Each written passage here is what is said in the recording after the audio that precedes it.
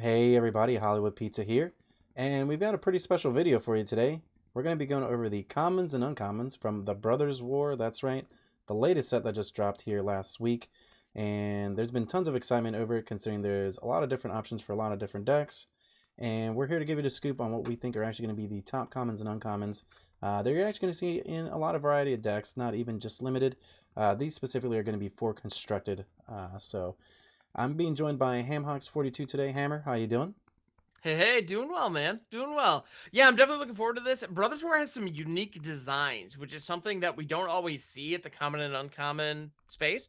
Like a lot of the times, that's where like a lot of draft filler kind of comes in. It's like, okay, you got the big green thing that gains you some life when it enters. You've got the 4 or 5 mana removal that's like meh, I guess. We get It like kills we're something. used to. Yeah, there's some kind of murder variant that gets reprinted at maybe common. Like it's like you get used to seeing these things, right? Like they Wizards clearly has some boxes to check.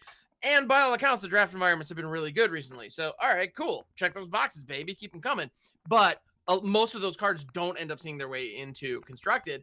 But yeah, I think we have a really cool list of cards that maybe are worth the cut when you're actually creating standard decks or explorer decks or historic decks, or I don't know, maybe even some older formats if you're going with kind of a unique niche strategy, because Brothers War, like I said, just has very unique build and unique mechanics, which we don't see often, and I like that. That's really cool. I think you see these a lot more in a set like this where it's combining multicolor cards with colorless cards.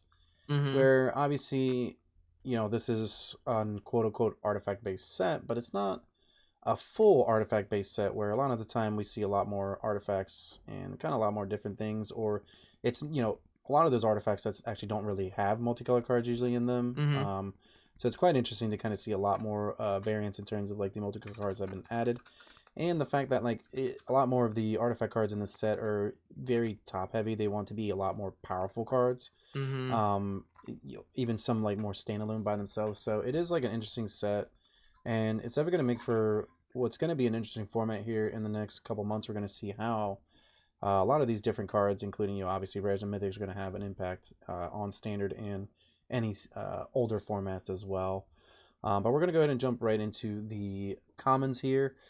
We actually don't have any honorable mentions because the commons actually felt a little bit more underwhelming to a certain degree. I will give a shout out to like prototype cards because there's a chance that maybe some prototype cards could get blinked, but other than that, there aren't really too many other options besides like our top 10.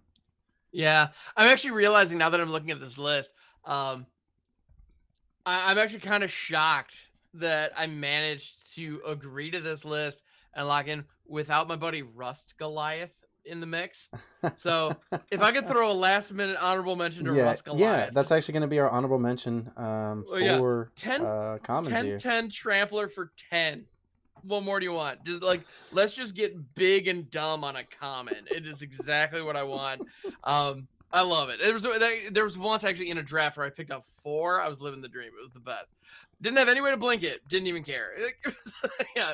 So I love. Yeah. So like shout out to the prototype cards. I think Rusk Goliath is a great example of just like a really cool common that it's just neat because it just kind of pushes the boundaries. It's a very simple design, but It's like a card you can I don't know. reanimate, I dig it. and it's still powerful, right? 100%. It's got reach, it's got trample, it's like its own little tiny industry without six other comes into play effects. But I mean, yeah, yeah, 10-10 yeah. trample is nothing to laugh at, right? Like it's a card. It's actually on the field. Yeah, you got it. You need to be worried about it.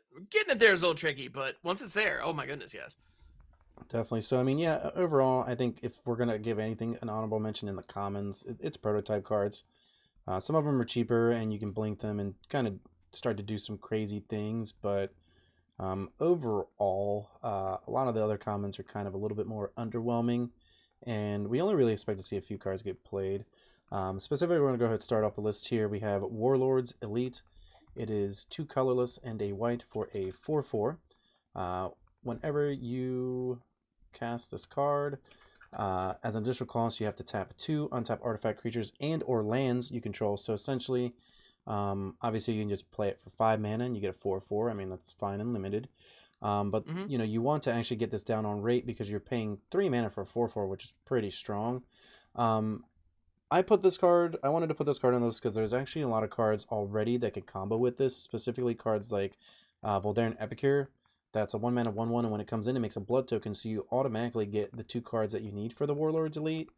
So any cards that essentially are going to be making artifacts when they come into play are going to be really useful for this card, or you can kind of spam some 1-drops and maybe just a couple other artifacts like some of the cards that we'll get to here in our top commons and uncommons video. But overall, I think Warlords Elite's a card that's obviously good on rate, and if you're able to find some cards that synergize with it, you're able to get it down on time, and it's a pretty big beater. And a theme that you're actually going to see across our video is soldiers.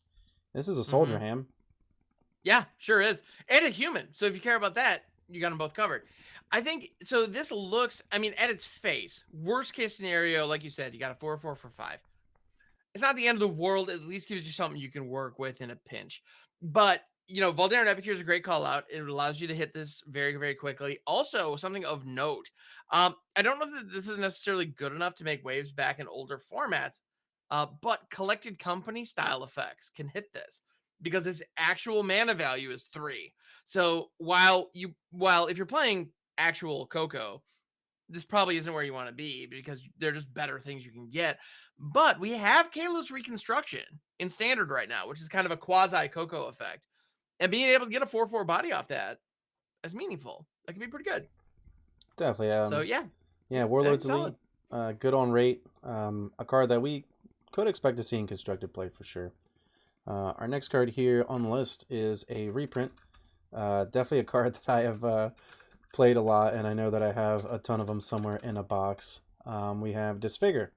1 black instant. Target creature gets -2/-2 until end of turn. That's it. That's the text. It's not, you know, draw a card, do a backflip, and a cartwheel.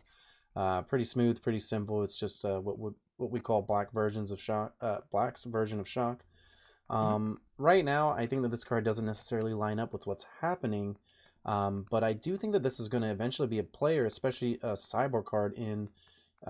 It's a card that really goes into a lot of different decks. It goes into mid-range strategies, control strategies. You can just put in your sideboard when you know that you're going to be playing some of these hyper-aggressive white decks or red decks, and it's just a 1 mana answer, clean answer to some of these early threats, right?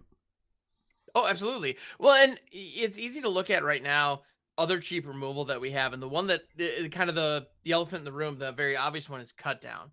I mean, obviously, like if you have cut down, why would you worry about Disfigure? It's like, well, like you're saying, what if I really want cut down if aggro is a common archetype? Well, I can have 4 additional copies of cut down effectively by putting 4 Disfigures in my sideboard, so I can slot them in games 2 and 3. Like that's pretty good. Also, like this can be used as a combat trick. You know, if you're in a combat situation where you're going to trade, or maybe like you're forced to block in what looks like a very unfavorable position, you can cast this to all of a sudden give your creature the edge, which is meaningful. Like there are situations in which that's going to do the trick. The other big benefit for this, and I think you're exactly right, this doesn't line up super well with what we have going on, because if you spend a card to kill, say, an opponent's Tenacious Underdog, like, yeah, that's fine, but it does go to the graveyard. They can reuse it. Like, that's kind of unfortunate. That said, if there are expensive creatures with Indestructible in future sets, this could be excellent against them, because if they have relatively low toughness, like some indestructible creatures do, a toughness reduction will still kill them. So that's pretty handy. Like this could pick off, for example, it recently rotated, but Toski, no longer in standard, but it's a 1/1 indestructible for 4 that has a bunch of other upside on it. Well, Disfigure completely takes that little squirrel out of the game for 1 mana at instant speed, no less. So if a creature like that comes back into the mix in a future set, Disfigure is a phenomenal answer. Hammer, it just hit me. We talked about this actually off screen about this card like that. It just hit me. There is a card that's actually in standard, and it's the Benelish card. It's the one that trains or whatever, right? And that card, they discard a card to give it indestructible, and Disfigure just outright kills that card for 1 mana. No, you're absolutely where right. Cutdown Yeah, the doesn't hit Benelish it. Captain, I think. Yeah. Wow, I hadn't considered that interaction, but you're absolutely right. And that card sees quite a bit of play. Oh yeah, so, it's getting more and more play in not only the white weenie decks, but like some more of like these mid-rangey green-white blue-white decks. And Disfigure is actually like the perfect answer for that card. Or anytime we see that type of the Elite Swordsman, whatever that card was called originally. Yes. I don't remember what it's called, but it was like a 2-mana 3/1 and you discarded a card. So we've seen a few iterations of this card here over the last few sets. And, if they come out with more of those cards, or just in general, the exact thing you're saying, it's any type of indestructible card with 2 toughness or less, this card just cleanly answers it. And it's only 1 mana. I mean, for the same rate, it's a little worse than Cut Down, but it's better against the things that Cut Down can't deal with. And if all that wasn't enough of a reason to be playing this card, it's also a common and it's a reprint. So if you're on Arena, you probably already have 4 of these, even if you haven't opened a single Brothers War pack. So 100%. That's nice. 100%. Our next card here is actually an interesting one. It felt a little bit overhyped in the beginning, and I don't think that we've really gotten a chance to see it yet, but it does have a powerful effect, and we're talking about Recommission. Colorless and a white sorcery. Return target artifact or creature card with mana value 3 or less from your graveyard to the battlefield. If a creature enters the battlefield this way, it enters with an additional +1/+1 counter on it. So, what's really good about this card is, obviously, you can reanimate a creature, it's going to come back bigger, but you can also almost do weird things like ramping with a Celestus from the graveyard. And, I mean, Ham, I don't know about you, but I wouldn't mind getting a Bankbuster back. Yeah, oh man. Getting a Bankbuster that like took out a 3-drop in combat and like pulling it back out with 3 fresh counters on it. Oh my goodness, that sounds awesome. And if it's a creature, it gets bigger. Like, that additional +1/+1 counter is huge. Like, I actually think this card is really good with I can't remember the name right now, but the 3-drop that gets back another card from the graveyard. Extraction Specialist. Extraction Specialist, So I think that with this and Extraction Specialist, you can get like board wiped, or your opponent could spend 3 cards, and then all of a sudden you're like, I think I'll just recommission back for a 4/3 lifelinker instead, and then now I get back maybe another card from the graveyard that has like either it comes into play or like a pre-combat type of trigger.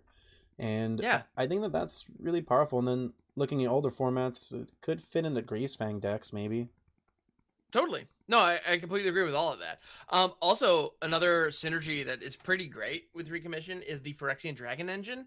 It's half the meld with Mishra, because it's a 2/2 double striker for 3. And so the fact that Recommission brings it back onto the field and you get an additional counter is awesome. But on top of that, it has a triggered ability that when it enters, if it came from your graveyard, it triggers. Damn, that is so spicy. So it's a May, but you can take advantage of that trigger, and so you spent 2 mana, you discard your hand, draw 3 cards, which may or may not be beneficial depending on the board state. But then you have a 3/3, a 3/3 double striker. So, like, there's cool stuff you can do with this card. Like, and you're absolutely right. The other one where you like grab back an Extraction Specialist and a Spirited Companion, draw a card, like you're living the dream. You're doing great things. So much value, right, for 2 mana. Yeah. If you line it up right, Recommission can hit some phenomenal stuff, and you can get. I mean, in the right deck, this is incredible. Yeah, it's a card that it's a card that isn't always going to be a 4 of. It's going to end up being more maybe like a 2 of, or it's a card maybe even put in your sideboard knowing that your opponent's playing more removal. And we see cards like Snakeskin Veil and Tamiyo's Safekeeping get played because they automatically protect a card right then and there. But Recommission just gets the card back. It's a similar effect. It's quote unquote protecting your card, unless it gets exiled, obviously. But I mean, I think this card will eventually get played. It just depends on whether or not it's going to be in a deck that's abusing the artifact side or a deck that's abusing the creature side of it. Because buffing up is pretty good. Our next card here, we have Sentinel Stalwart. Essentially just Zephyr Sentinel at home. So we have 1 green for a 1/1. You can tap it and tap another untapped artifact or creature you control to add 1 mana of any color. What's really good about this card is you don't have to just tap a creature, which ended up being a huge problem with Jaspera. Sometimes you would just be like, oh, I just need, I need another creature, or you would have a really powerful creature that you didn't want to tap.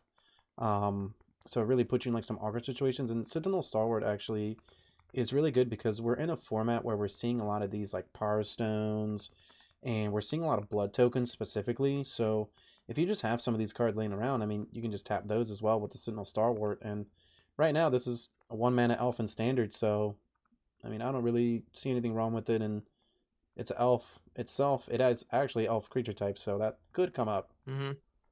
Yeah, it's elf and a soldier. So, I mean, granted, green isn't necessarily a well-supported color with soldiers, but you know, it could be relevant. Yeah, and I think you're exactly right. And you may think, wait a minute, why would I want to tap a Power Stone using Sentinel Stalwart? And the main reason for that is the mana that you get is colored, and you can use it for non-artifact spells. You can use it for anything. So it's like clean mana that you can use for whatever. Whereas Power Stone mana has those, you know, has some strings attached. Yeah, it has so more of a restriction. Really good. Yeah, I mean, it's a 1 mana card. You know, 1 mana cards. The floor is there. You know, and the ceiling's playable high. 1 mana cards are like a decent playable at 1 versus a decent playable at 2 is such a huge difference. Oh yeah, I mean, Legacy and Vintage are the best example of that, where a lot of it comes down to whether or not the card costs 0 or 1 mana. Oh yeah, dude. In Modern, when Lurrus was still legal, like I didn't play Modern myself, but I listened to a lot of content creators talk about it. I was like, yeah, this card is awesome. I can see it really doing well in a lot of Lurrus decks or in a lot of Modern decks, but it costs 3, so it's completely unplayable. All right, moving on. It's like, really? This like the moment it costs 3, it's just off the table because it's too slow. Wow. Pretty much. Yeah. And that's true to where Magic's at, right? Like, you always want to just have efficient cards. I think that's really important. And this card ramps, like, it does everything. Right? Yeah, it's a 1-drop that ramps you. Like a 1-drop that ramps you is a big deal. Even if you do need something, because the other thing is that creature that you tap or the artifact that you tap can be your 2-drop that's summoning sick. Like it doesn't care. Yeah. So, yeah. Yeah, it's really good. You can do some good stuff. So you could drop another 1-drop, tap both of them, drop a 2-drop on. You know, you can get. It can ramp you very quickly. Yeah, definitely. We don't normally see like Land of Worlds get reprinted, so I think a card like Sentinel Stalwart and its predecessor, or you know, its past card, Disfigure Sentinel was like kind of a similar vein. Disfigure Sentinel being a 1/2 reacher was kind of a big deal. Like that thing had some legs in combat. You had to block Goldspan. Sentinel doesn't. Exactly. Yeah, it was a chump block for Goldspan. Oh my goodness, how many Disfigure Sentinels died to Goldspan Dragon in that standard? Poor Sentinel. Our next card is actually an interesting one. It's one that helps makes a strategy that has been kind of like tier 1.5 or tier 2. And we're talking about Lauren's Escape. It's a white for an instant. Target artifact or creature gains hexproof and indestructible until end of turn. And then you get to scry 1. So this is a card that fits into an archetype for another card on our list for the uncommon, spoiler alert, Monastery Swiftspear, and then there's also Illuminator Virtuoso that already exists. So between both of those cards, you already have cards that can kill the opponent by you just casting instants and sorceries, and Lauren's Escape is going to make sure that your cards are protected, and it's 1 mana. And you get to scry, like... And you get to scry. It gets around board wipes with the indestructibility, it gets around target removal with the hexproof, you can even target your Celestis if you're really that worried about it dying. I actually think this card, it almost broke our top 5. I think it's really good. Yeah, I mean, protection spells you got to be kind of careful with generally because you don't want to have too many in your deck because, you know, if you don't get if you don't curve out on time or if your opponent does manage to answer your threats before you're able to keep the mana up to protect them, it feels really bad to just be sitting late in the game with 3 cards in hand and you have nothing but protection spells, like, but nothing to protect. Like that feels really awful. So getting the right number is really important. But I mean, 1 mana, it can protect an artifact or a creature, and you get the scry, you get the hexproof and indestructible, both of which are exactly what you want. Like there were a number of variants of this card, a lot of them in green recently, but we've seen Tamiyo's is very similar. The only difference is Tamiyo's gains you life, you know? Yeah, and I think of the 2, like if I had to pick one, assuming a deck could support both, I'd probably still go Tamiyo's. But at the same time, if I'm not in green, well, and now all of a sudden I have that effect if I want it. So cool. Yeah, Tamiyo's is any permanent. Yeah. You can target your lands with Tamiyo's is nuts. That card's great. But this is Stone close. Rain, no. Like what? Yeah. This is close. Great. This means that you're you can strictly be Boros with your spells deck because you don't need that green protection. Or you don't need that blue protection card like a Slip Away or Slip Out the Back or whatever it's called. Lauren's Escape makes sure that you're going to stay in the colors that you're playing, and it gives you all the value for 1 mana, which, a lot of a theme that you're going to see on this list, including the uncommons, is there's your cheaper cards. You know, you don't want your commons and uncommons to cost that much unless they're game changing cards. And if they're game changing cards at that point, they're probably rares and mythics. And I mean, Lauren's Escape, 1 mana. I don't think you can get any better than a card that can almost generate an archetype by itself. Our next card here is an interesting one. Speaking of generating something by itself, we have Bitter Reunion. So colorless on a red enchantment. Whenever it enters the battlefield, you may discard a card. If you do, draw 2 cards. And you can pay a colorless to sacrifice this card. Creatures control gain haste. So automatically, you know, it's another thrill a possibility or whatever it's called. I can't remember, but yeah, no, thrill possibility. That's the one. So 2 mana, you know, discard a card, draw 2. Obviously, red loves these effects because it doesn't really have much card advantage, and essentially you're kind of breaking even, but at the same time, it's a card that could be synergistic in your Reanimator deck, because that second half of this card is kind of nuts if you're able to get like a Titan or something like that down early. Oh yeah, and I have like Bitter Reunion is so good in the Reanimator strategies. It like I cannot speak highly enough of this card. I am running it right now in like a Boros in a Boros aggro deck, or Boros Reanimator deck rather, and it is absolutely absurd because on turn 2 you can discard a big Reanimator threat like a Cityscape Leveler, which is a mythic 8/8 with a cast and attack trigger. Throw that 8-drop into the graveyard. Turn 3, you play a Fable of the Mirror Breaker. Churn your hand if you want. And then by turn 4, you can reanimate the Cityscape Leveler. Turn 5, you can use this to give the Fable haste when it flips. And so, like, or at the very least, if you reanimate, if you have an additional mana lying around, you can give whatever you just reanimated haste. And just swing in the turn it hits. If you reanimate Titan, the token and the Titan are going to get haste. Yeah. Yeah, not just the Titan. Like, you don't be mistaken. Not just your 7/7. Yeah, it's all creatures. It's not target creature. It's all every creature. Exactly. So, yeah, you reanimate a Titan, all of a sudden you've got 11 damage on the board, 7 of which has trample. That's pretty good.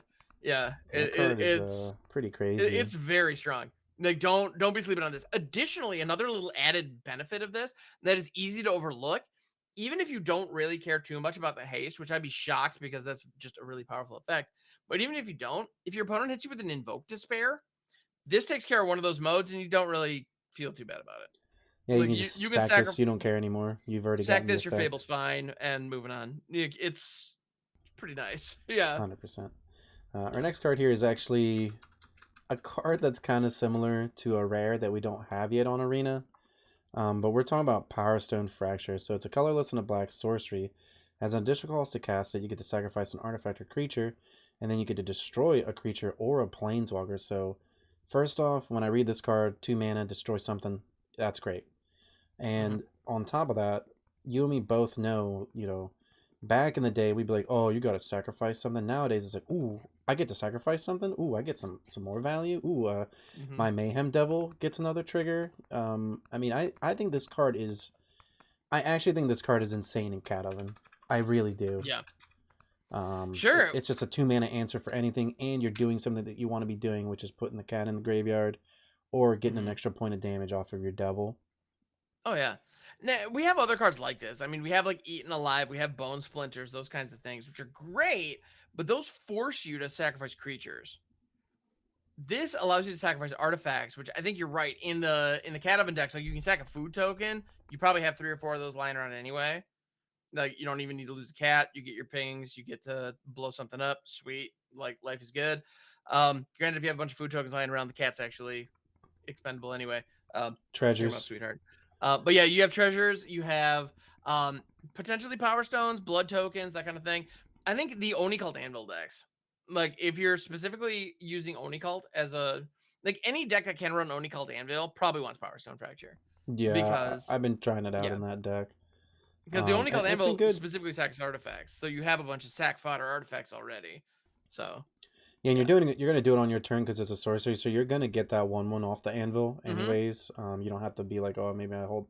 Obviously, instant speed cards are better, but this card is a card that is very synergistic. It's cheap, and it gets rid of a permanent that's usually giving you a problem. Like for me, In Pioneer, there is Dreadbore. On Explorer, though, I think that this is a card Mhm. that answers Karn very cleanly for the Cat Mm, Oven deck, which is Karn is true. almost like the bane existence sometimes to that deck. You know, they play Cat Oh, Oven. totally. They have the food you can't even sacrifice if they can't sacrifice their treasures. So I think that this card does everything that you want to do. It answers the Karn and it puts the cat back in the graveyard for you to get back off of Mhm. like your foods and that. I mean, I really think this card's gonna get played somewhere.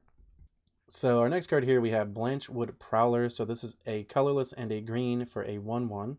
Whenever it enters the battlefield, you get to mill 3 cards, and then you may put a land card from among them milled this way into your hand. If you don't, it gets a +1/+1 counter.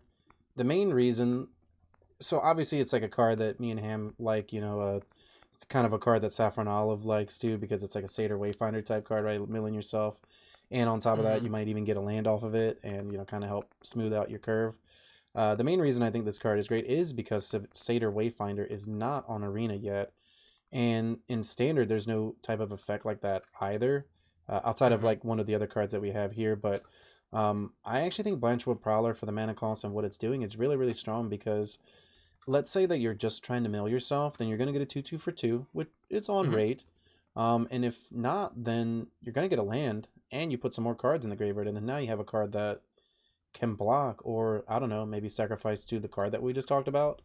Right. Um so I think this card's really solid. Yeah. I agree. It's also an elemental, so that's relevant if you're in, you know, like the Risen Reef Omnath decks. Like that's a thing. Which, okay, sure.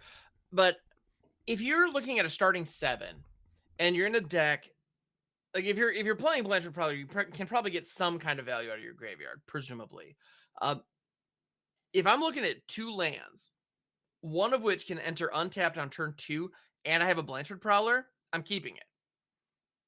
Like that is a keepable hand because I know I'm gonna be able to hit Prowler on 2.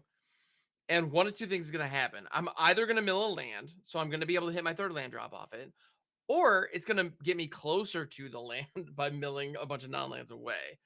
So that's really meaningful. Like you see a lot of cards with this, and they go into your graveyard, which is great. You can do all kinds of good stuff with that later, Mm-hmm. potentially, if you're running flashback or Tenacious reanimation Underdog, stuff. just Yeah, anything, T-Dog is yeah, great in like there. We have a bunch of unearthed creatures as well, some of which may be relevant depending on what kind of deck you're building. Like there are ways, and the graveyard is easily exploitable. this card is good And with slow Gurk. oh yeah, oh yeah, Girk Fits the Jerk right into loves that Blanchard Gurk Prowler. Yeah, strategy. It goes right 100%. into the Mythic from this set, Titania. Yep. She Oh my really goodness, likes when yes. cards get milled. So I actually think Hmm. this is a card that really fits into specific strategies, but it's a card that's going to be powerful in those Yeah. specific strategies. And yeah, like if you get this up to a 2/2 and it trades with something, like that's gas. Bonus. Yeah, Oh yeah. that's gas. Gaining some life essentially, and or having a threat plus the cards that you want. So just a synergistic Hmm. card that has lots of upside to it. Our next card is actually one that is similar, but it's in blue. We have Falaji Archaeologist. So colorless and a blue for 0/3. Whenever it enters the battlefield, you get to mill 3 cards, and then you can put a non-creature, non-land card this way into your hand. If you don't, it gets a +1/+1 counter on it. So obviously, what you can get back with this card is more powerful because you can get back like a Planeswalker with this card. But at the same time, you can also just play it mill 3, and then you have a 0/3 that in all honesty, most of the time that you're playing this card, those decks want that 3 toughness to block things on the ground. And if you get this up to a 1/4, like red deck's gonna be crying. It's gonna be crying Oh yeah. hard. And you got a Yeah. card They out just of it. can't It, get it in. replaces itself. Like it's a really good card, I think. In Oh the yeah. same vein that Blanchwood's doing, like they're both um right, like mechanically they're both very similar cards, but they're Hmm. doing different things for the strategies that you want them for. Yeah. And if I'm not mistaken, this is actually a cycle. I believe every single color got a creature that when it ETBs you mill 3 cards and you just get something Yep. different Yeah, back that with is each one of correct. them. Yep. Yeah. So but I think this is the best of all of them, and Blanchwood is the second. I mean, that's why they're on this list, right? Because yeah, I mean, as a reanimator player, it's like you mean to tell me that I'm going to be milling 3 cards, and if I mill my Cruelty of Gix, I just get it back into my hand. Sweet, like that's the issue Like, using mill as the method to fill your graveyard, one of the problems is you end up milling your reanimation spells. It's the worst feeling to see that happen. And if it happens with the archaeologist, I don't care. It's like Yeah, it's it's gonna feel nuts. Like, great. you get a It's blocker so and good. potentially a removal spell. That's nuts. Like, And I have had it where I've like thrown the Falaji Archaeologist, milled 3 cards, and it's been like one of them was a Titan of Industry, the other was a Cruelty of Gigs. It's like, opponent, do you want to play this out? Because you're about to get wrecked. Like, it feels really good. that's pretty good. Yeah. So our number 1 common here, we have Ashnod's Intervention, 1 black instant. Until end of turn, target creature gets +2/+0, and it gains whenever this card dies, or it's put into exile from the battlefield. Return it to its owner's hand. Now, this is a card we see almost every single set. The main difference as to why this is near the top for us is because it can also return something from exile. So a lot of the time you're playing against these white decks, Wandering Emperor, of course, all this other stuff, and what better way to protect your Shieldred that you don't really want to run into a Wandering Emperor, but because you have Ashnod's Intervention out or in your hand in your deck, you're able to not care about your opponent using the Wandering Emperor, and you're just going to get that Shieldred back into your hand, and you're going to be able to recast it again the next turn. I actually had someone in ranked. They played 3 of these, so they got their Shieldred back all 3 times. I miraculously won that game, but it was a nightmare because every time I would exile it with the Wandering Emperor, same scenario I'm talking about, they would play Ashnod's Intervention, and I would just shake my head, and I'd be like, dude, this card comes back from exile. I'd be like, that just made me feel so bad. I was like, please don't get the Shieldred back. I was like, oh man. So, and Shieldred's just one example, right? I mean, that's one of the many, if we're talking like black deck specifically, that's one of many threats in that deck that you don't want to see come back. I mean, Graveyard Trespasser, even T-Dog. I mean, the fact that this buffs to the face means that you're usually going to trade up, or you're just blanking your opponent's removal spell. Like, yeah, let's say your opponent passes, and yeah, they want to spend all their mana on like a March, and they can use their March, and then you just cast this, and it's gonna come back, and then yeah, now we've seen Snakeskin Veil and Slip Out the Back. These are really powerful cards, and I actually think Ashnod's Intervention is the best version for black that they've printed yet. Yeah. It's interesting because there have been a lot of good ones that I've taken advantage of in the past in black decks specifically. And a lot of the time when you see this effect, it actually brings it right back to the battlefield. Cards like Feign Death from Adventures in the Forgotten Realms, or what is it, Malakir Rebirth from Zendikar. Like, you see those, and if for 1 mana, it the creature dies, then comes back immediately. Sometimes tapped, and sometimes with some kind of benefit. But this does go to hand. However, the key difference is that this saves them from exile specifically. Like Feign Death style effects, Malakir Rebirth, those do nothing if your opponent hits it with a March, or they hit it with like a Soul Transfer, or a Wandering Emperor. Like, all of it's just gone. There's nothing you can do, and that little trick you have in your hand is straight worthless. Ashnod's Intervention, however, you're exactly right. It just gets around that. This also works really nicely with unearthed creatures. So if you've unearthed a creature and it would go to exile at end of turn, this brings it back to your hand. So I don't know if the it's pretty cool. rules. I'm a little bit skewy on this, but I think this gets around Calamitys. Like, they still might get their zombie token Ooh, because the card's gonna go to exile, but you're actually gonna get your I card believe it back does. to your hand. And there's also a card that was in our top 10. If you haven't checked out that video, definitely check it out for the set, which is Misery's Shadow. So even though Misery Shadow is going to exile it, you can just play this and still get it back before it dies. So I really got a lot more respect for this card when I saw it get played against me, and I almost lost the game off of just this card alone. Considering how powerful some of the black creatures are. So I think Ashnod's Intervention, even though it seems janky at first, like, when your opponent plays it against you, you're going to be throwing up and you're going to feel sick.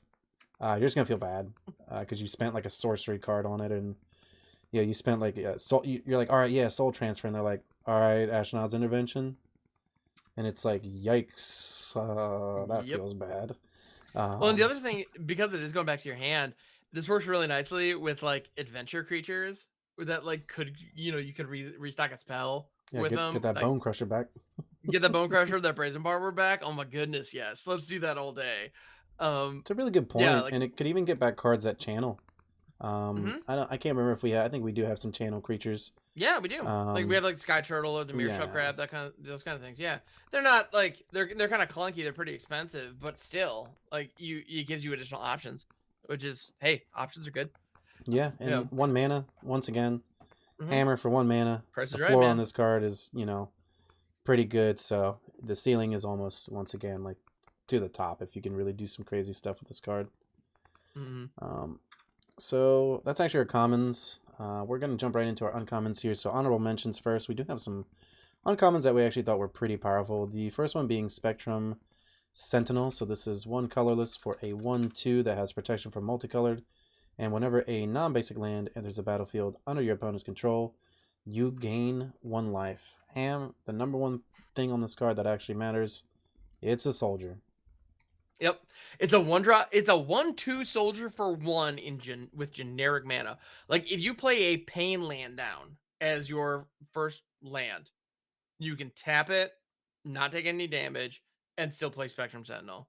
And you just got a 1/2 soldier on board. If you're in the soldier deck, this is like an auto include. Like it's just super strong. And it's going to gain you some life throughout the course of the game. I remember when it was a long time ago now. I think it was during like the Kamigawa set championships. No, it was New Capenna set. Anyway, one of the set championships.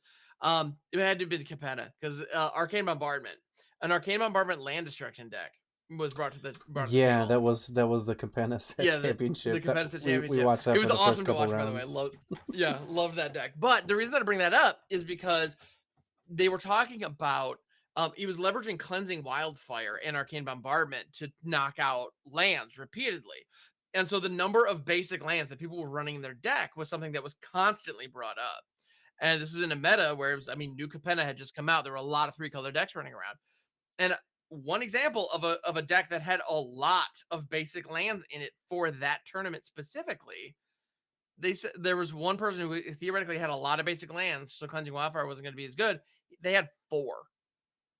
You know, these 3-color mid-range decks, if that is the primary like deck in the meta, then your opponents are going to be running a ton of duels and even tri lands. This is just going to be gaining you life every time a land comes into play. Like most of 100%. the time. That's amazing. We also have the channel lands. Those trigger this because they are not basics, even though they only tap for 1 color.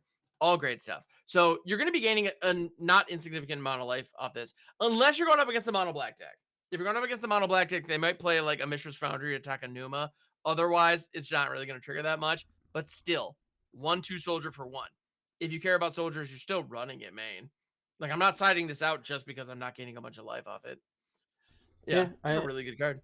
pro multicolored gains life, 1 drop. Mm-hmm.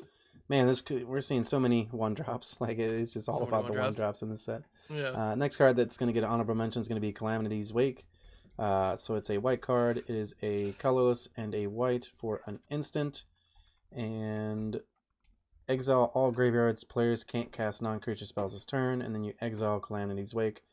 So obviously it's graveyard hate. And it's also control deck hate. Luckily, it exiles itself, so no shenanigans with the green snake from Kamigawa. It's crossing my mind right now.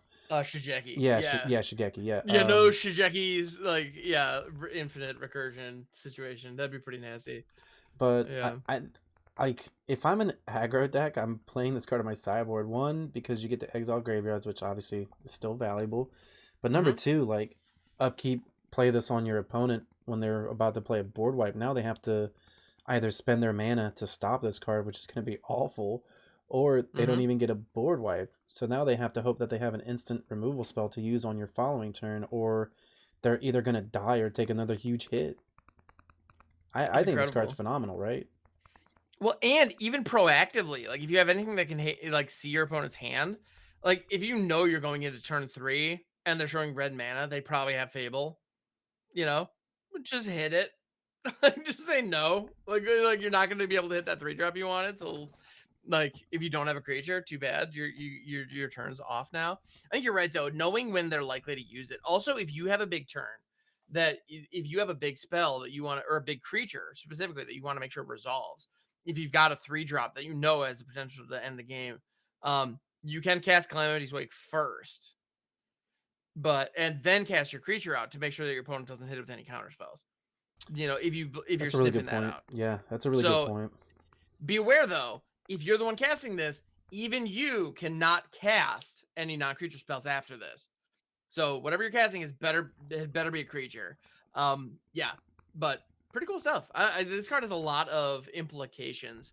And I mean, if you're going up against a control deck, like you're saying, or a deck that is very light on creatures for one reason or another, this almost says Exile or Graveyard to take an extra turn. Like it's pretty nuts. savage. Yeah, it's that part of it is pretty nuts. Like, yeah, it is very like I mean, I expect to see this card getting played in all kinds of different formats. Obviously, there's better graveyard hate. But the fact that it's stapled onto a card that, could theoretically time walk your opponent. Like, let's say you're up against combo and they can only really assemble the combo on their turn, then you can just keep Calamity's Wake, and then all of a sudden your opponent can't, like, they can't go off, and then you can kill them. Like, this is just a card that, people who know how to play it correctly are going to be winning with this card, and then people who don't are going to be wondering why this card is good. I really feel like it's going to be like that. 100%. So we have a few more honorable mentions. Next ones we got Repair Recharge. So this is actually a 3-mana, 2-white sorcery. Return an artifact, enchantment, or planeswalker from your graveyard to the battlefield, and then get a tap Power Stone. I have been enjoying this card with one with the multiverse. Also getting back a Wandering Emperor isn't bad. And yeah, I mean, you can do all kinds of crazy stuff with Reanimator Ham. I mean, I think this card's great. Oh, this card's amazing. I'm a big fan of Repair and Recharge, and those are the two big ones. Or the one with the multiverse is the big one. And the moment one of the multiverses in the story, things get very weird, because then all of a sudden, like, your other big reanimation threats you maybe want to have in your hand, it gets interesting. But like with Repair and Recharge, you can get one with the multiverse. You can get Portal to Phyrexia, which is the other one that, like, if you're running one with the multiverse right now in standard and you're not also running Portal to Phyrexia, I'm assuming it's just because you don't have that many mythic wild cards, which is understandable. But once you get them, craft those. They're great. It's super fun. And Repair and Recharge, along with Invoke Justice, these kind of fit a similar role. It just enables that so well. It's not even funny. And I mean, this card, if you're grabbing... Well, also, just throwing it out there, if you're in an older format, Repair and Recharge could grab Omniscience. Yep. And if you've never had Omniscience on the board, again, like, I'm assuming you don't have the wild cards for it, but holy cow, like, you're playing the game on another level the moment that shows up. All your cards are free. This is all your cards are free. Seems pretty good. You don't even need that Power Stone. Not really. No, the Power Stone's just kind of tacked on. It's nice, I guess, but you don't really care. Yeah, we actually have a video on the channel where we reanimate one with nothing from early access, and love it. Yeah, it was pretty nuts. And I've been playing that deck, and I've seen different versions of it pop up from different people. So I think that this is a card that it's getting tested a lot right now, and we'll see in a week if it maintains where it's at. I think it's got legs. I think it's got a chance. As long as if Fable gets banned, this card's gonna get. I'm not suggesting the Fable should be banned, or that I've heard any rumblings that it will be, but like, Fable enables this perfectly. If Fable sticks around, Repair and Recharge is gonna have a home. I think. And I mean, you can get back the Fable if that's the worst card in the graveyard. It doesn't even feel that bad, because sometimes Fable feels like a 5-mana card. It certainly can. Next card here, still on the honorable mentions, we have Obliterating Bolt. So Obliterating Bolt, colorless and a red, deals 4 damage to a creature or a planeswalker, and if that card would be put into the graveyard, it gets exiled instead. We have actually seen very, very similar cards like this, like Thunder Rebuke, Lava Coil, but finally they combine both Lava Coil and Thunder Rebuke for the ultimate removal spell. Just kidding. But it's still a good card. I mean, 2 mana, 4 damage in red. Red doesn't really have the best removal outside of like just some burn spells here and there, but I think Obliterating Bolt's good for the sideboard, and it's a card that I've definitely been seeing main deck. Oh yeah, the fact that it's a sorcery is really the only knock against it. At the end of the day, I mean, four damage for 2 that can hit creatures or planeswalkers. That's already probably worth the price of admission, and the fact that then you also get to exile the thing that it hits. Sick. I mean, that's as efficient a burn spell as you can hope for. 100%. Our next card here is another red card. Honorable mention to Cindermal. So 2 colorless and a red for a 4/3 with trample. Players can't gain life. Man, you remember when Ferocidon was banned? Right? What a time. But yeah, I mean, this card's great. I mean, you play it. It's good on raid. It has trample, and in the color, obviously red, you're going to be hosing what really hurts you the most, which is going to be life gain. Yeah, I mean, if you're looking to build like a relatively inexpensive red aggro deck, this is not a bad include. Also, like if you're a new player on Arena and you're playing with like a starter deck, like the red starter deck, and you're trying to buff it up a little bit, I would highly recommend getting a couple of these in there, because the fact that it's uncommon makes it super easy to get your hands on. Like, they're relatively inexpensive to craft. And the reason that I call out newer players specifically is because the lower you get in the rankings, the more popular the mono white or Selesnya life gain deck becomes. That's something I've noticed. You see a lot of people running like Lunarch Veteran, Voice of the Blessed, like I gain a bunch of life, put a million counters on my things.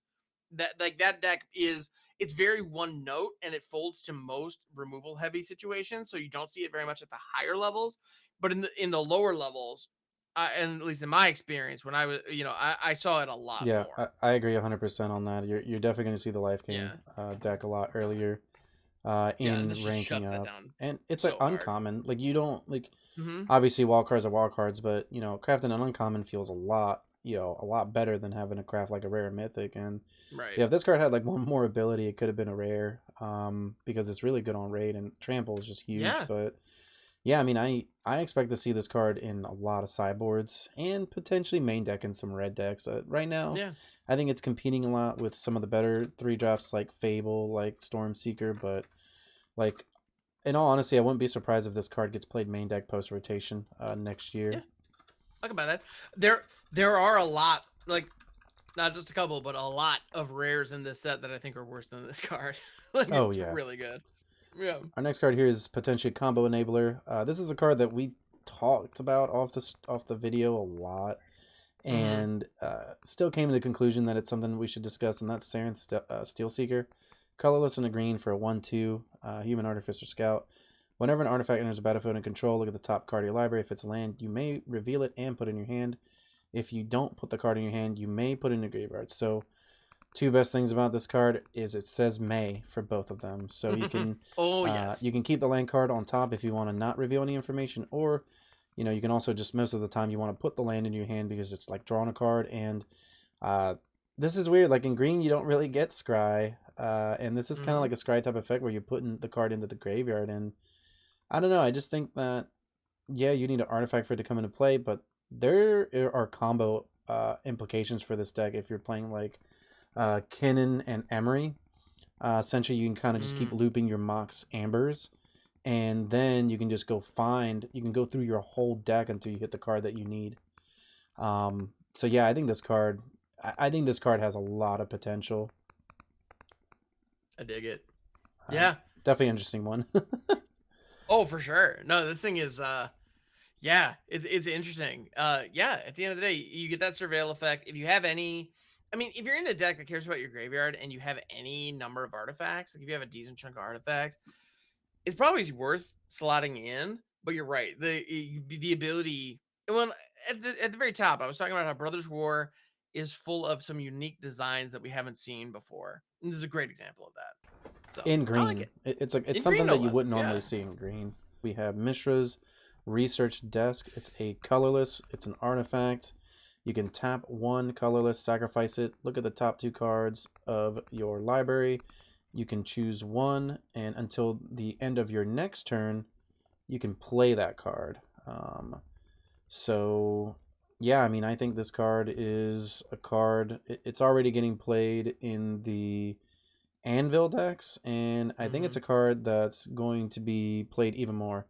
Sorry about that. It's Exile the top 2, so your opponent does get to see them, but you're still getting to choose one. the main part about this card is it says until the end of your next turn. So you can still do this main phase and you're still going to be able to use it for another turn, or you can do it at the end of your opponent's turn and still be able to use that card on your turn. And on top of that, you can get it back from the graveyard for an unearth of a colorless and a red. Like I said, this card's getting played in the Anvil decks, and there's always a lot of cards that I see like this where my first thought is Cat Oven. Like, I'm like, man, doesn't Cat Oven want like a card like this? Like, it sacrifices, it goes through your deck, it unearths, like it kind of does everything that that deck wants to do. Maybe use it to like on a Deadly Dispute. Yeah, powerful card, right? Oh, 100%. Like, and it doesn't look like it's doing much. Like, as a newer player, like when I was first getting started, like I bet I would look at something like this, like, why would I want this? Like, this card doesn't do anything. But the truth is, it's giving you access to additional cards, which is nice. But that's not even the main value. And you're right. You made a great point. Having those cards until the end of your next turn is so much better than having them until the end of the turn. Like, those are the two different types of impulsive draws, and they make a huge difference. So that's meaningful. But what you're doing here is you have a 1-drop artifact that you can sacrifice to something else for value. So you can sacrifice it to your anvil if you just want to get a ping on and you make that little construct. Or it can sacrifice itself and you get additional value. So if you don't have your sack outlets, but you have something like a Mayhem Devil that is going to be getting additional sacrifice triggers, then it does that for you. And it can even recur itself and let you do it all over again.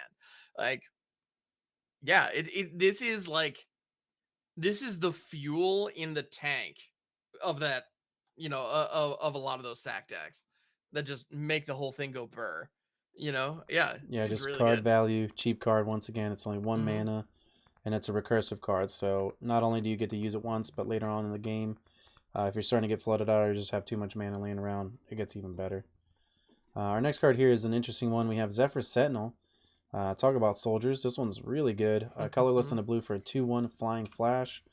Love seeing that on a card. Whenever this card enters the battlefield, return up to another target creature control to its owner's hand.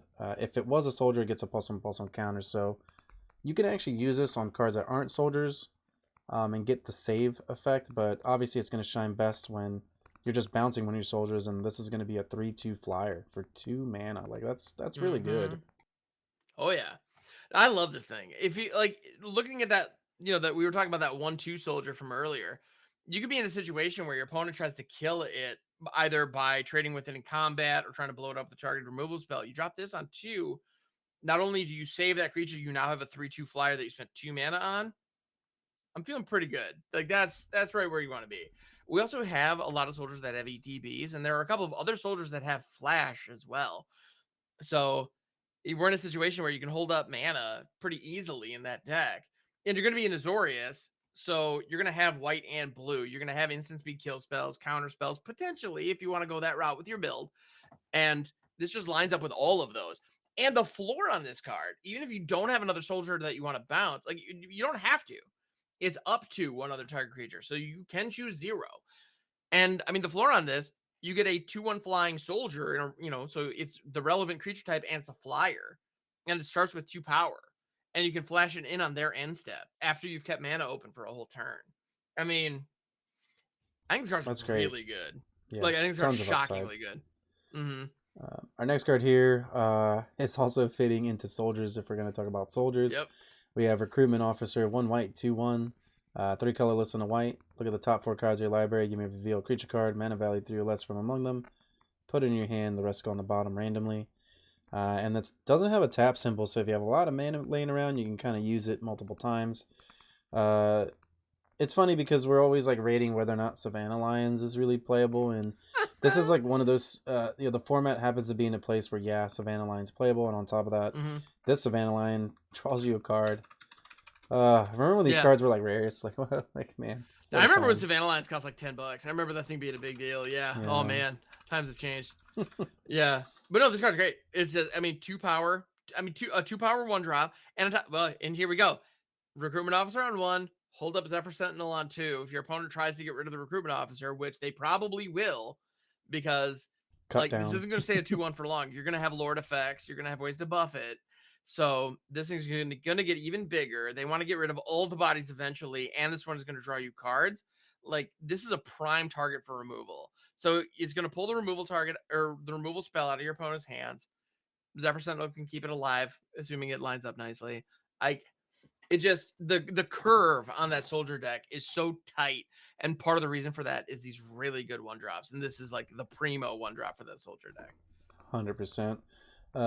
And not only is this card gonna be good in maybe multicolored blue-white soldier decks, it's gonna be really good in white decks, and that also leads into our next card, Lay Down Arms. So 1 white for a sorcery, exile target creature mana value less than or equal to number of planes you control. Its controller gains 3 life. The first time I read this card, I was like, holy crap, this card is insane. The only difference is that you need a lot of planes for it to work. Obviously, it's like a Sword to Plowshare type effect, which is like crazy powerful just for 1 mana. Like, if you have 4 planes down, you can pretty much kill anything. Like, you're just going to exile a Shieldred. Like, yeah, they gain 3 life, but you get rid of a Shieldred just for 1 mana. Like, I think like this card only gets better as the game goes on. It's so crazy. Yeah. Well, I mean, we're already running. A lot of people are already running March of Otherworldly Light, which granted has a little more flexibility because this can only hit creatures, whereas March can hit a number of different permanent types. But in that case, you have to either go down cards or spend mana equal to the thing you're hitting. This only costs you 1 regardless. It just looks at the number of planes you have. They can all be on tap for all this card cares. Like, it's pretty great. I mean, presumably you have to tap 1 of them to cast the thing, but like, it's great. Like, so I think this card is shockingly effective. And we talk about it being in the mono, like obviously in mono white decks, this is a slam dunk home run to get it in there, no question. I mean, yeah, giving your opponent 3 life if you're running like an aggro strategy does feel pretty rough. So there will probably be plenty of times when you have an eligible target and you're going to choose not to use it because of that life gain, rather than just let the thing die in combat. But like, you're right, there are a lot of like Rafine, her mana value is only 3, and this only costs 1, so the ward is no issue in that situation. Shieldred costs 4. 4 planes is not too super hard to pull off. So I think this is just really good because of how efficient the threats are. Like, 1 mana. And on top of that, the mana that we have, the mana bases that we're rocking right now. I mean, obviously in monocolor. Oh man, I was about to say it. But yeah, but the tri-lands are all typed. So if you're in Esper, your Fiend's counters count towards this. Additionally, Dominaria had that series of tap dual lands that all have types on them. So if you're running a 2 or 3 color deck, just be careful about which dual lands you pick, and you could have 90% planes like in a 3 color deck. Like, that wouldn't be that hard to pull off, to be honest. Yeah, that's so. I mean, a lot of them would be coming in tapped, which is kind of unfortunate, but you can work with that.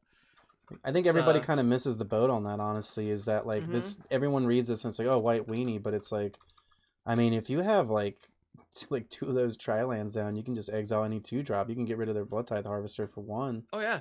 And yeah, if you get more of those cards, if you are actually playing planes, or like you said, some of those other dual lands that had the basic land type, Thran Portal, all these different cards make Lay Down Arms like really, really powerful. I mean, I think we're so early in the format that I've only seen this card once. I played against it once so far, and to me that's like a crime because I feel like this is a card that I should be seeing like as frequently as like a cut down.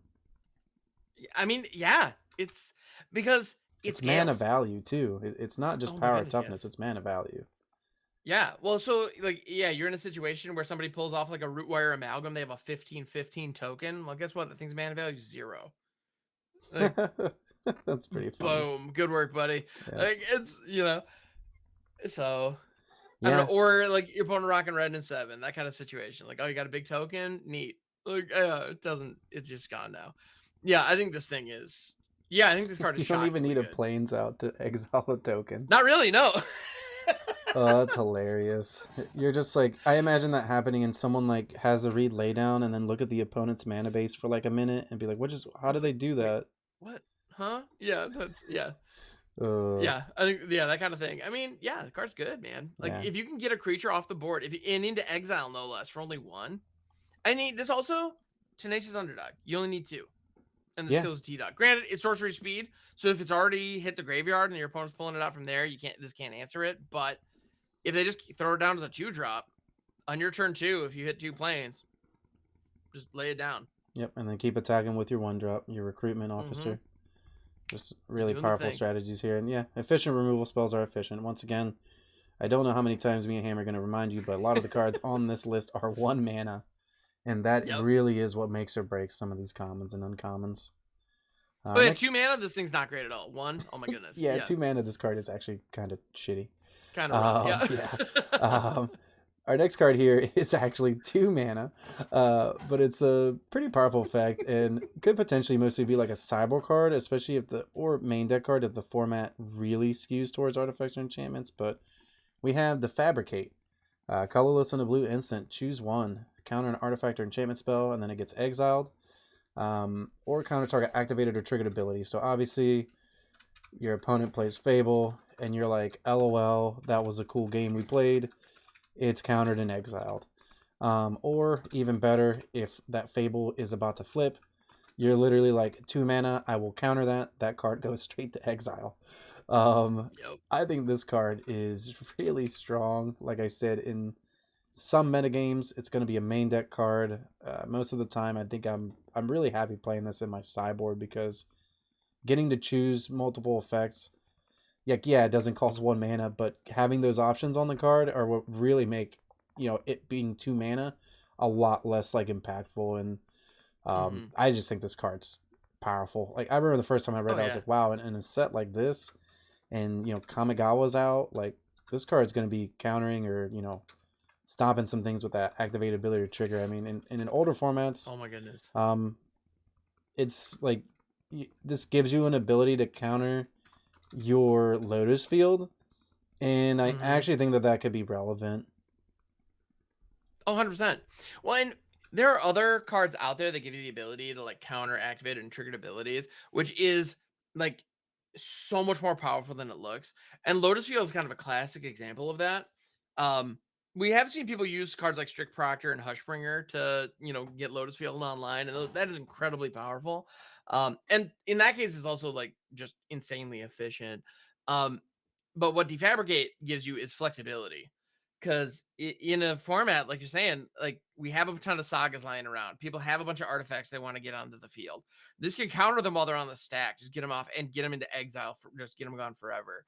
And like having that option is awesome. But the ability to then also counter an ability, like that is all your Planeswalker activations. That is all your saga counter triggers.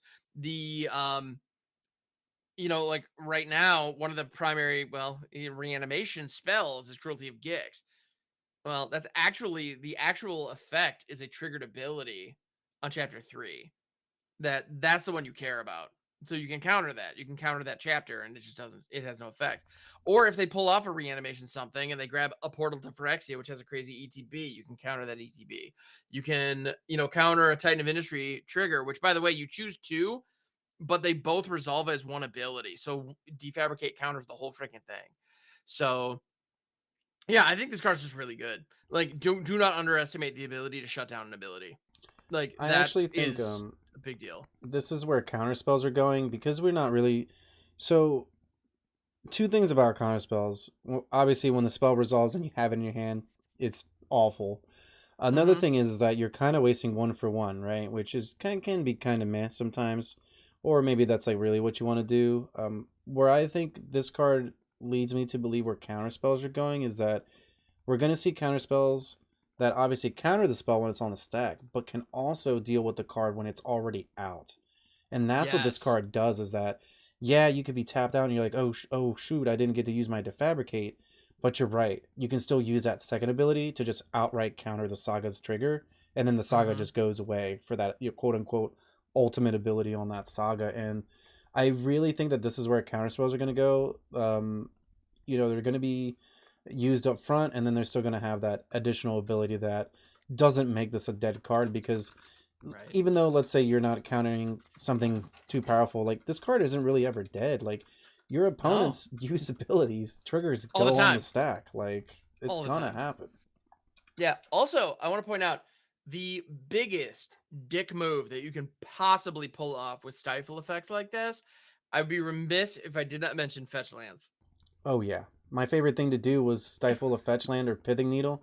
If I was on the play, I was on the play one time during like a modern tournament, and I pithing needled Flooded Strand, and when the game ended, my opponent showed me 4 Flooded Strands.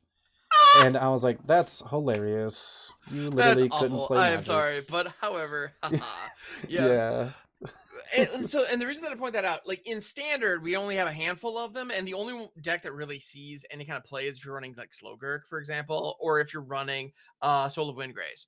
So if your opponent plays like a Riveteer's Overlook, what happens is it has an ETB trigger.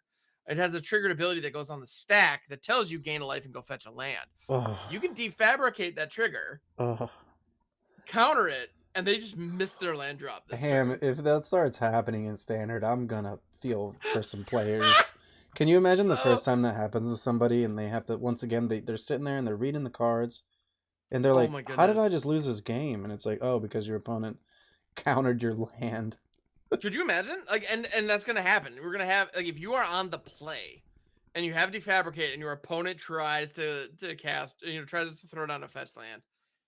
I mean, do it. If it lines up and you have an opportunity to hit it, 100%. hit it. Unless the other person is like a friend or a significant other, and you have an investment in that relationship. If you're trying to not sleep on the couch, don't be countering. Yeah, exactly. That's your significant other's fetch land. But if you're just queued up against somebody trouble. on the, if you're queued up against somebody in the rank queue, oh, rip it, let him have it. It's gonna, it's nasty. Like it's. Yeah, I mean, this card, like, it deals with Fable. Like, we can't really talk about Fable enough because in those same decks, they're going to be playing those Riveteer sack lands. They're going to be playing Souls of Windgrace. So, yeah, just bringing this in from the sideboard, this card does like double to triple where it actually gets rid of all kinds of different problematic things like the Soul of the Windgrace triggers, the Sacrifice Land triggers, and then you're just gonna counter a Fable. Like, imagine, like, it's just so embarrassing. Like, yeah, you're on the play and your opponent tries to crack a fetch, and then you go defabricate,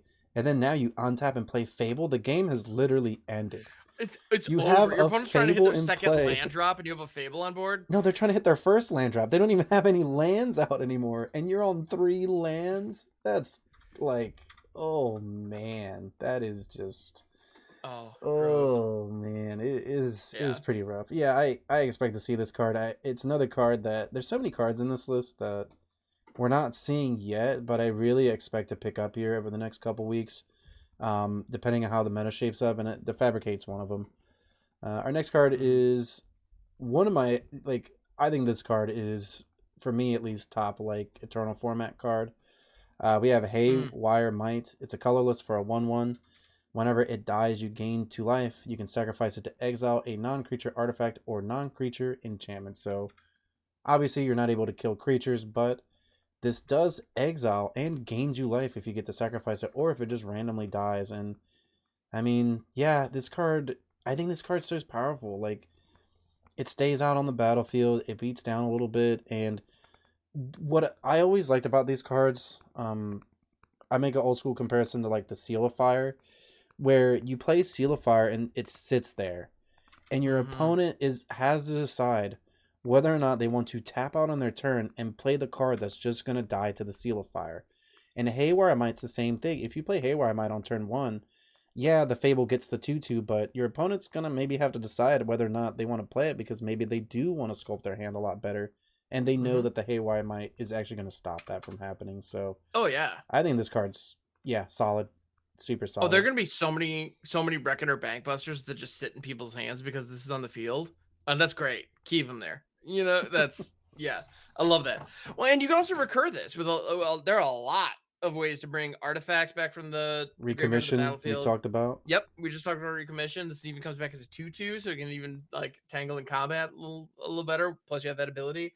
Like, also, like, if you're in Commander, obviously there's a ton of ways to, like, recur artifacts or small things out of the graveyard. Like, if you have a Marin of Clan Nell Toth deck, just put this in there. Like, you're already running Caustic Caterpillar. This is just another version of that. Proclamation of Rebirth. Let's go. Every upkeep, there you go. Get back 100%. My Haywire Might and get rid of more of your cards. Let's make it happen, man. Yeah, I mean, even something as simple as, like, an Agadeem's Awakening, can scoop this up in addition to everything else going on. Like, it's not hard. If you're in any format, there aren't many of them left, but if you're in any format where Lurrus is legal, get out of town. I mean, Ooh. Lurrus is just a busted card though, so comboing with that is kind of I mean, easy, but still, I see this card getting yeah. played in Legacy, Vintage. I mean, it does a lot. I could totally buy that. Yeah, like Yeah. it gets gets rid of Oath of Druids. If we want to go that far back, like I expect to see this is another card, man. We're just not seeing it yet, but man, is this card powerful, right? For Oh one yeah. mana, once again, one mana investment. And think about some of the most obvious auto includes in Standard right now. There's Reckoner Bankbuster. You have Wedding Announcement. You have Fable. I mean, you even some of the saucier decks out there trying to run Rabble Rousing, Arcane Bombardment. Like Fight there are rigging. targets. Fight rigging, yeah. There are targets for this. There are things you can hit.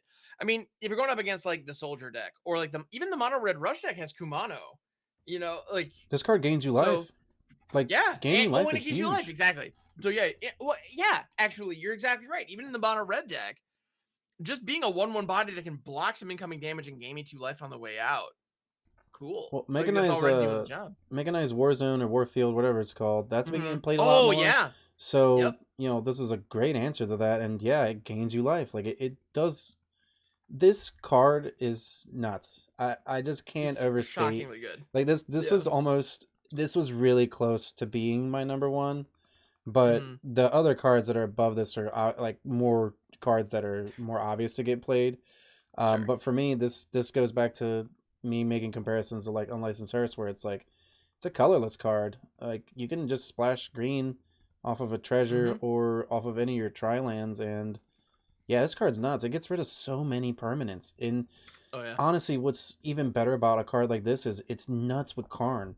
Like if you need a destroy artifact or enchantment, you don't just need the Meteor Golem. You can Karn into Haywire Might and then be able to cast a Haywire Might maybe even in the same turn and then use it on the following turn, or maybe wait so it doesn't die. But this is going to be like a nutty Karn target in Pioneer and Explorer. And if we're going back to if you go back even further, like you could fetch this off of Urza's Legacy in Modern, if that's if that's meaningful. Yeah, you can get your first trigger, and then you can get your your construct, and then in response get your other construct, get the Haywire Might out, and then all of a sudden you can blow up opposing hammers. Right. I mean, there's so many cards in Modern that this card also hits. I mean, in Explorer and Pioneer, you can hit like Ember Cleaves. It'll gain you some life too in that matchup. I mean, this card really just doesn't. It doesn't feel like this card has like a bad matchup. It's a card that you really almost want to bring in all the time. Yeah. And like you mentioned earlier, using one of your pay lands for colorless is even better. So. Yeah. Well, and Brothers War has a ton of that, where there are a ton of artifacts that are colorless in their mana cost, and then have like a colored activated ability or a colored unearth or prototype cost. And I think that's really cool design because your pain lands all of a sudden are just wide open. Like they line up really nicely. So yeah, good stuff. Yeah. Our next card here is a reprint. It is a card that I've been asking for a very long time now. Go for the Throat. Thank you so much, Wizards, for reprinting this card. Finally, we got premium removal back on the menu. Go for the Throat. Colorless and a black instant. Destroy a non-artifact creature. So obviously that could be a downside with a set like this or a set like Neon Dynasty, Kamigawa, but this card's nuts. It's just literally like 2 mana, pretty much kill anything. It gets better in Explorer because there's more likely less of those cards around. So yeah, this card's just really just premium removal spell. 100%. I think right now Infernal Grasp is a lot of people's like 2-drop kill spell of choice. And to be honest, I'm still running Infernal Grasp in most of my decks as well. But to be like honestly, I think it's more habit than anything else at this point. Right. Because I do think Go for the Throat is better in a lot of cases. Because with Infernal Grasp, yeah, you can hit artifact creatures, but you lose 2 life. And the 2 life is very meaningful. And I'm having a tough time thinking of the last time when I really just had to remove something off of a board or I was going to be dead. And that thing this was wouldn't kill, creature. Right? Like that's the thing is like Go for the Throat is just better. There's only like so many cards that this isn't going to hit. Yeah. No, like this is going to hit Rafine. This is going to hit Sheoldred. This is going to hit the Reflection of Kiki Jiki. This is going to hit even your Titan of Industry if it doesn't have a shield counter on it yet. Like I mean, for 2 at instant speed, this is just fantastic. Yeah, the only card that doesn't hit is Flesh Gorger. True. That's the Yeah, that main it seems to play. Bank Yeah. Buster you can't kill. Fair enough. Other than that, I specifically don't really think there's any other cards in the format that get played as much. That would be artifact creatures. So, yeah, I think it is Force of Habit. Like maybe like everybody wants their Infernal Grasp because it's just an outright destroy card. But I mean, Yeah. you in mid range and control decks, some matchups you really want to like make sure your life total stays somewhere where you're not just gonna die. And I think Go for the Throat is gonna be that card. If anything, this is a card that I expect to start in the sideboard and then eventually make it main deck once everybody realizes that this card pretty much kills anything. It kills the big threats. Yeah. Notably, if you're going up against mono red, this does not kill the Reinforced Ronin because that does happen to be an artifact creature. So be aware of that. But yeah, I mean, outside of that, like the Brothers War brought with it a ton of good a ton of interesting artifact creatures, but a lot of them just aren't seeing They're like eight standard main drops. deck play. They're like Eldrazi's, you know? Yeah, a lot of them are. Yeah, exactly. Like the city, like the cityscape level or whatever. Like, yeah, that card's great if it sees the battlefield, you know. But it's an 8-drop, so yeah, we haven't really seen too many of those big artifact creatures yet in this first week plus the couple days we had early access. But even during early Flesh access, Gorger is really the only one that sees any kind of adoption, and that's mostly because it's an efficient 3-drop. Yeah, it's like the best one. It's like not even close. It's just just a busted card by itself. Yeah. Speaking of busted cards, our next one here is another card that I literally have been praying for every night, putting my cards under the pillow, hoping that the card fairy shows up and drops this underneath my pillow. We got Monastery Swiftspear, 1 red, 1/2 haste prowess. Whenever you cast a non-creature spell, it gets +1/+1. This is arguably one of between this and Goblin Guide. It's always argued what's a better card. For me, in terms of red 1-drops, and when they spoiled this, I was so happy because I love playing red, and being able to play this in Explorer is huge.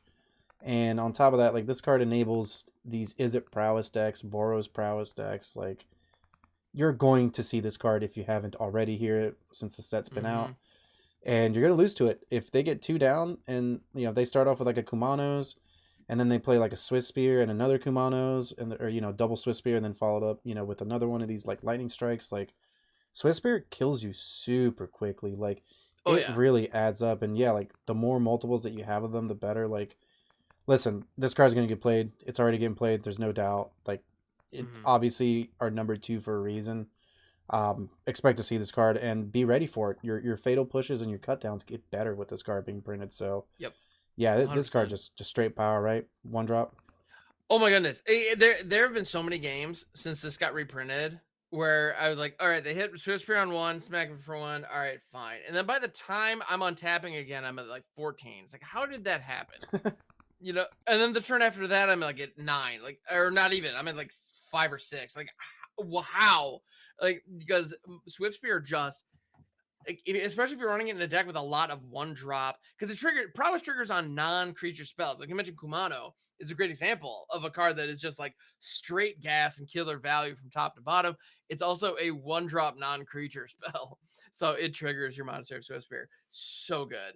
Like, yeah, Fable it's nuts. triggers and on top of that, every burn spell, like all your play with fires that are just going straight to your face, like those trigger your Monastery of Swiftspears, bumping them up. Like, it's funny. The red deck, I've tried building like red decks using Thermo Alchemist, which was reprinted when we went back to Innistrad. And like the burn package that could go face just wasn't quite good enough. Yeah, I didn't think anyway. But all of a sudden Swiftspear, like this card is what really takes that style to the next level. Like, yeah, this thing's insane. A lot of us red mages, I feel like, compared to Goblin Guide, because the thing about Goblin Guide is if it deals 6 damage, you probably won that game. Like, 1 red, 6 damage. Like, and that's if your 1-drop is dealing 6 damage. Like Swiftspear can deal like 9 to 11 damage. Like I lost to someone earlier today because all they had was like the Kumanos and the Swiftspear, and I just lost because I was like, oh, I can't interact with these, and they're like killing what's in the way and then consistently hitting me for like 6 or 7 damage a turn, and I'm like, wow, I just lose the game. Like, can't keep up with it. It's just it's just one of these cards that doesn't get it surprisingly isn't worse being reprinted, right? Like we see a lot of these cards lose a lot of Right. value in modern Magic, and Swissbeard doesn't care. It's a 1-drop. Yeah, exactly. It is just excellent. Like just strictly excellent. Oh yeah. Yeah. So, listen, we talked about a lot of 1-drops, but our number one uncommon is actually going to be a 2-drop, and it is potentially one of the most busted 2-drops that we've actually had in a very long time. We have Third Path, Iconoclast, blue, red, 2/1.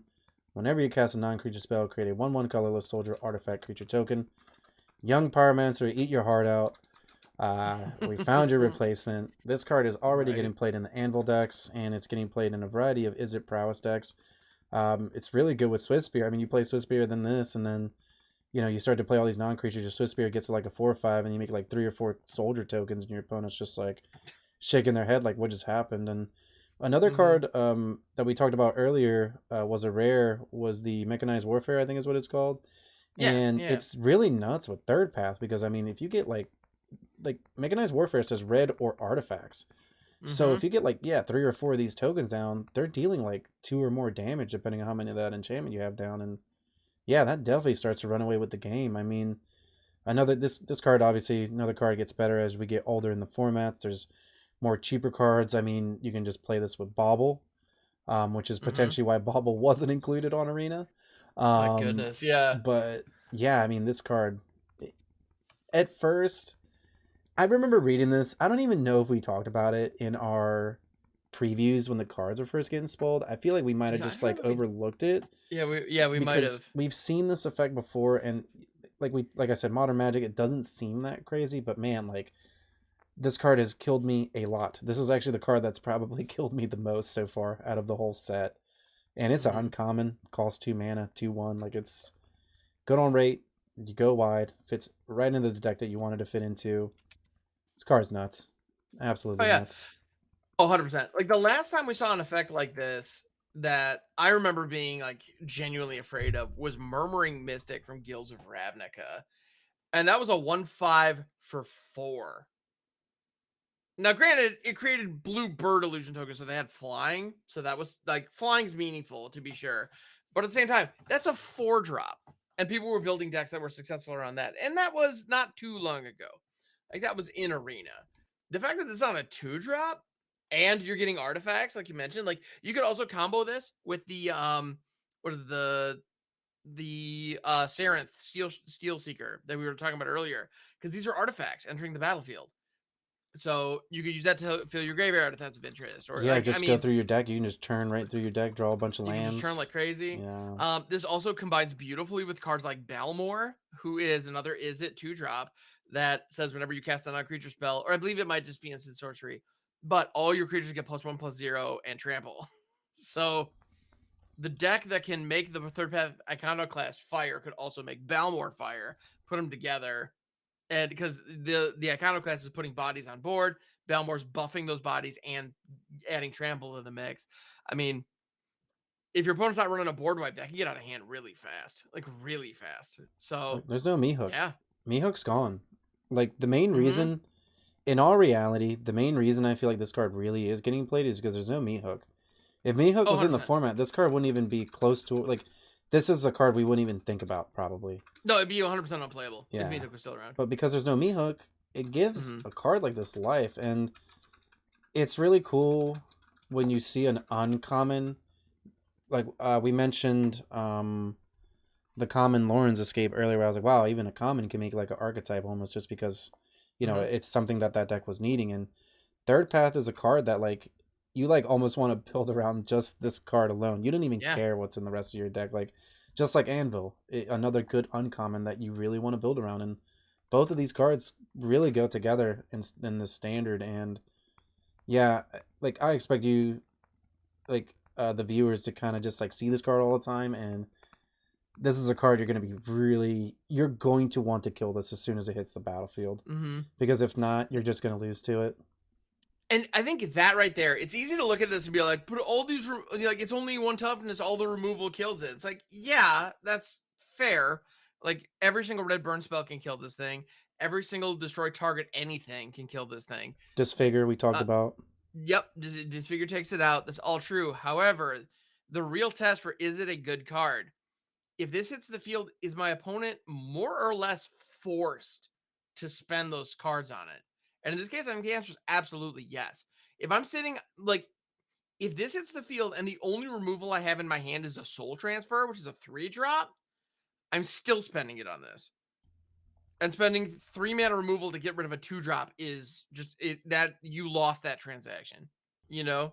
And I've been seeing Spell Pierce. Like they'll still doing play it. this and they'll keep up the blue. I got blown out earlier because they played it, and I was like, oh, 1 mana. I was like, all right, they might have like like a hexproof card. I was like, that's probably a risk I'm willing to take. So I cast it, and they were like, no, Spell Pierce, and I was like, oh man, they get a 1/1 too.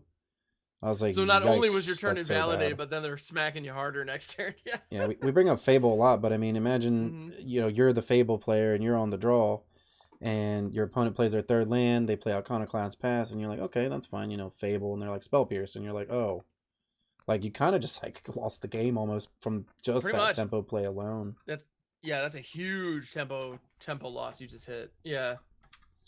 So yeah, I mean, you're gonna see this card. There's gonna be lots of different decks built around it.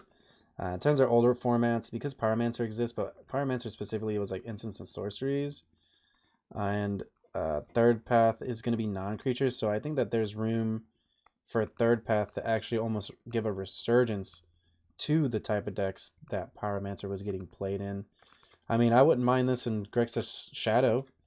If this and that Shadow are like my only creatures, I mean, now I can go wide in my Shadow deck. And most of my cards are going to be non-creature cards, right? You got your Bauble and all that stuff. I mean, I think this card is, this was a card potentially everybody was like sleeping on at first. And now we're just like, yeah, that's busted. Super powerful.